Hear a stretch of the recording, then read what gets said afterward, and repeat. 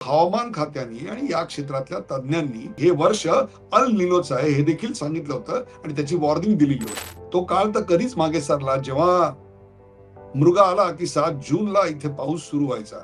जे तलाव आहेत, धरणं आहेत ती आता कोरडी पडत चालली आहे.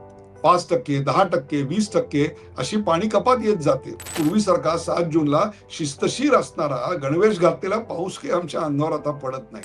आणि धरणाचं क्षेत्र आहे, तलावाचं क्षेत्र आहे, त्या ठिकाणी पाऊस कमी. जिथे खूप मोठ्या प्रमाणात लोकसंख्या राहते तिकडे मात्र नागरी भागात प्रचंड प्रमाणात पाऊस, असं एक विचित्र चित्र आपल्याला दिसायला लागलेलं आहे. आता ते गाणं आठवतं, काले मेघा पाणी तो बरसा.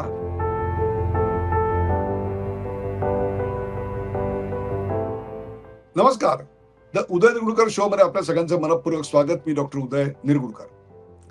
प्रेक्षको, अर्धा पावसाळा संपला आणि अर्धा पावसाळा उरलेला.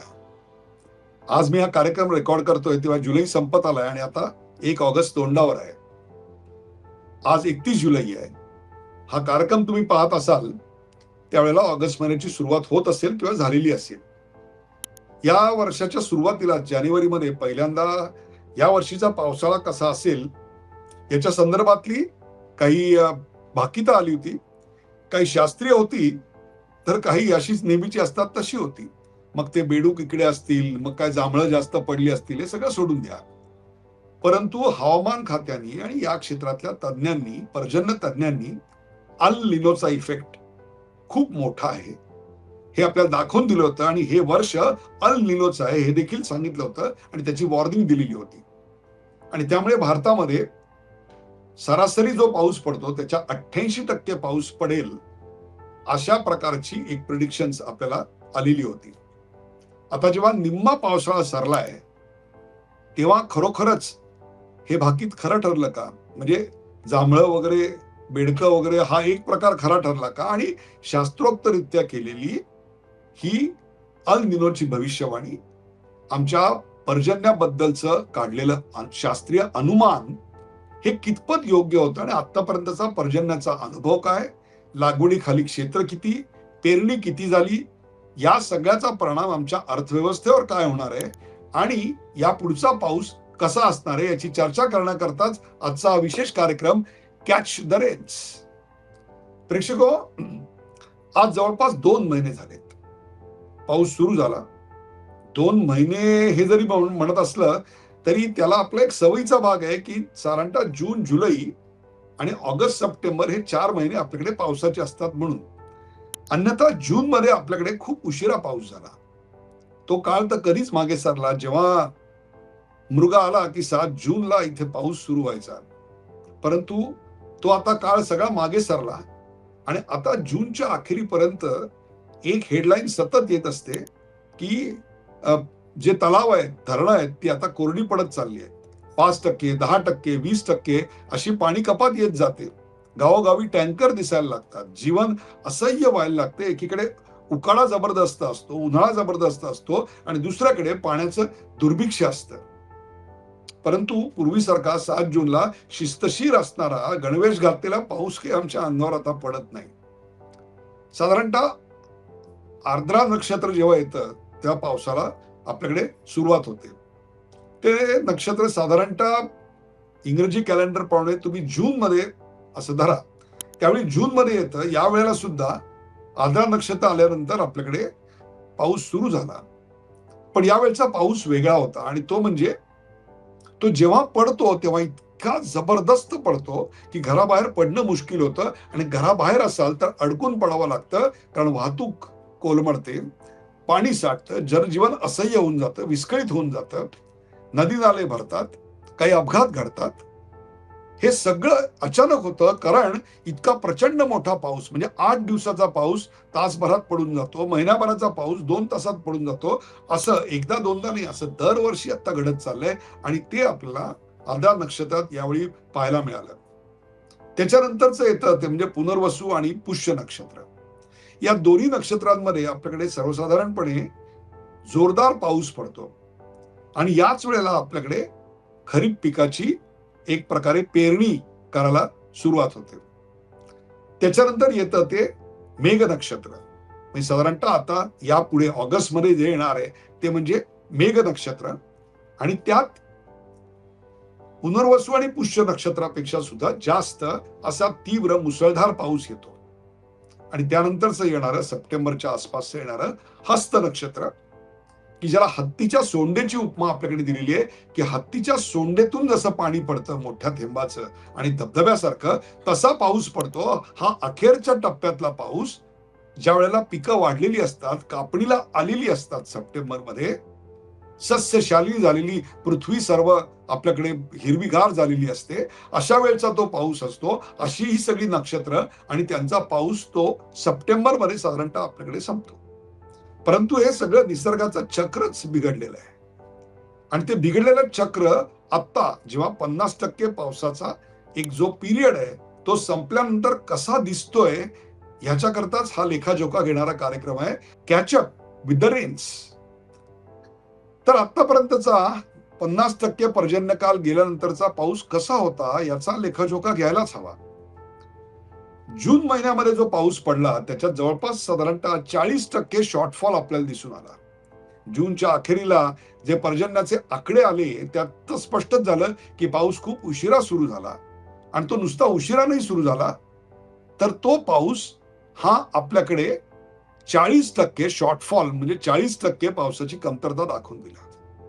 अर्थात तीच कमतरता जुलैमध्ये राहील की काय अशी धास्ती वाटत असताना जुलै महिन्यानं मात्र थोडासा हात दिला, आणि जुलै महिन्याच्या शेवटाकडं खूप मोठा पाऊस आपल्याकडे झाला, आणि that improved the rain conditions and shortfall from -40 to -16, म्हणजे 16% शॉर्टफॉल आपल्याकडे दिसायला लागला. ही जी रिकव्हरी आहे ती रिकव्हरी समान किंवा इवन नाही झालेली, ती रिकव्हरी अनइवन झालेली आहे. आणि अनइवन अशा करताय की थोड्या काळात जोरदार पडणारा पाऊस, हे जे मी मगाशी तुम्हाला सांगितलं, ते आपल्याला इथं अगदी व्यवस्थित दिसून आलं. जुलैमध्ये जेव्हा पाऊस पडला तेव्हा तो इतका धबाधबा पडला की विचारता सोय नाही. ढगफुटीमुळे हिमाचल, गुजरात अशा अनेक राज्यांमध्ये जवळपास 150हून अधिक लोकांचे बळी गेले. पण पाऊस जास्त झाला का? तर अजिबात नाही. जेवढा पाऊस व्हायला पाहिजे होता त्याच्यापेक्षा सुद्धा पाऊस 16%, अजूनही 50% पर्जन्यकाल गेल्यानंतर आपल्याला शॉर्टफॉल आहे. आणि काय दिसतंय जे पिकांसाठी घातक आहे, आणि ते म्हणजे पाऊस पडताना इतका प्रचंड पडतो की पिकं उद्ध्वस्त होतात, आणि नंतर पाऊस थांबला की क्षणार्धात इतकं उकडायला लागतं, तीव्र उन्हाळा जाणवायला लागतो. हे दोन्ही माणसांसाठी आणि पिकांसाठी अत्यंत हानिकारक आहे. पाऊस पडतो तेव्हा आल्हाददायक, आणि त्याच्यानंतर शरीरातून घामाच्या धारा व्हायला लागतात. आणि महाराष्ट्रात तर ऑन अन ॲव्हरेज जवळपास 16 नाही तर 20 ते 22% शॉर्टफॉल आहे, असा आत्ताचा अंदाज जुलै महिन्याच्या एंडला माझ्याकडे आलेला आहे. त्यामुळे जिथे शेतं लावलेली आहेत, म्हणजे कृषी योग्य असं जे आपल्याकडे जमीन आहे आणि धरणाचं क्षेत्र आहे, तलावाचं क्षेत्र आहे, त्या ठिकाणी पाऊस कमी, आणि मुंबई, पुणे अशा शहरी भागात मात्र जिथे खूप मोठ्या प्रमाणात लोकसंख्या राहते तिकडे मात्र नागरी भागात प्रचंड प्रमाणात पाऊस, असे एक विचित्र चित्र आपल्याला दिसायला लागलेलं आहे. मग तुमच्या मनात प्रश्न निश्चित येणार की मग आता 50% पर्जन्यकाल झाल्यानंतर पेरणीचं नेमकं काय? तर जूनच्या अखेरीलाच जेव्हा स्टॉक घेतला गेला, जेव्हा काय डाटा गोळा केला, तेव्हा लक्षात आलं की 23% शॉर्टफॉल आहे. म्हणजे जवळपास 1/4 शॉर्टफॉल हा पेरणीमध्ये जूनच्या अखेरीला होता. पण जुलैला पाऊस सुधारला, त्यामुळे जुलैचा शॉर्टफॉल हा 23% वरून 5% आला, पण तरी देखील अजून शॉर्टफॉल आहे. पण हा जो शॉर्टफॉल आहे तो काही काही भागात जास्त आणि काही भागात कमी, काही पिकात जास्त आणि काही पिकात कमी आहे. सर्वसाधारणपणे जर पाहायचं झालं तर भात, तेलबिया, कापूस याच्यात शॉर्टफॉल आहे. पण सर्वात जास्त शॉर्टफॉल कुठे असेल तर ती म्हणजे डाळीची पेरणी अजून योग्यरित्या झालेली नाही. तुरीमधला शॉर्टफॉल 12%चा आणि मक्यामधला शॉर्टफॉल 10%चा आहे. अर्थातच या सगळ्याचा परिणाम हा पुढे कृषी क्षेत्रावर जसा होतो तसाच तो आमच्या अर्थव्यवस्थेवर पण होतो. एकूणच ऑगस्टकडे सगळे डोळे लावून बसलेत की जेणेकरून डाळीचा आणि मक्याचा पेरा करता येणार आहे. त्यामुळे ऑगस्ट महिन्यातला पाऊस हा कधी नव्हे एवढा आता क्रिटिकल बनलेला आहे. हाच का तो अल निनोचा इम्पॅक्ट? तर हो, हाच तो अल निनोचा इम्पॅक्ट. जेव्हा पाऊस कमी आहे आणि जेव्हा पडतो तेव्हा धबधबा पडतो आणि त्यानंतर क्षणार्धात पुन्हा तीव्र उन्हाळा यायला लागतो. एकीकडे अल निनो अँड कपल विथ तापमान वाढ किंवा क्लायमेट चेंज, या सगळ्यातून आपली शेती आणि आपण आता होरपळून निघतोय. आणि या सगळ्याचा आमच्या महागाईवर येत्या काळात खूप मोठा परिणाम होणार आहे. डाळीचा पेरा जर कमी राहिला तर डाळींची आयात आपल्याला वाढायला लागेल आणि त्याची जबरदस्त किंमत आपल्या अर्थव्यवस्थेला मोजावी लागेल. तेल बिया आणि पाम तेल हे तर आपण दरवर्षीच आयात करतो आणि यावर्षी त्यातला शॉर्टफॉल जर आपण ऑगस्ट सप्टेंबर मध्ये भरून काढू शकलो नाही तर त्याची देखील आपल्याला आयात खूप मोठ्या प्रमाणात करावी लागेल. भात आणि गहू याच्याविषयी फार चिंता नाही. याचं कारण आपली कोठारं गोदामं ही पूर्णपणे भरलेली आहेत. There is enough buffer stock. परंतु अशा अनियमित पावसामुळे आणि विचित्र हवामानामुळे भाजीपाल्यावर मात्र खूप मोठा परिणाम होणार आहे. आणि साधारणतः आपली जी महागाई आहे जी आता 5.5% आहे तीच तशीच किंवा त्यात थोडीशी वाढ होईल असा एक अंदाज व्यक्त केलेला आहे. तेव्हा आता ऑगस्ट सप्टेंबर मध्ये लक्ष कुठे असेल तर ते जिथे शेती लावलेली आहे ते क्षेत्र आणि तलाव धरणं या क्षेत्रात किती पाऊस येतो त्यांच्या पातळ्यांकडे आता लक्ष असणार आहे. कारण आत्ताची परिस्थिती चिंताजनक आहे. मागच्या वेळेला या दिवशी जेवढी पातळी होती त्यापेक्षा देखील अनेक ठिकाणी पातळी खूप खाली गेलेली आहे. त्यामुळे आता अपेक्षा आहे ती मेघ आणि हस्त यांनी हात देण्याची. याचं कारण पाणी है तो सब कुछ है. आता ते गाणं आठवतं, काले मेघा पाणी तो बरसा. आता येणाऱ्या दोन्ही नक्षत्रांकडून तीच अपेक्षा आहे, पाणी तो बरसा. प्रेक्षको, तुर्तास इथंच थांबतो. हा कार्यक्रम आपल्याला कसा वाटला ते आम्हाला जरूर सांगा. अशा प्रकारचे नवनवीन विषय घेण्यासाठी आम्हाला सूचित करा, प्रेरित करा, शेअर करा, सबस्क्राईब करा, लाईक करा. पाहायला विसरू नका द उदय निरुडकर शो.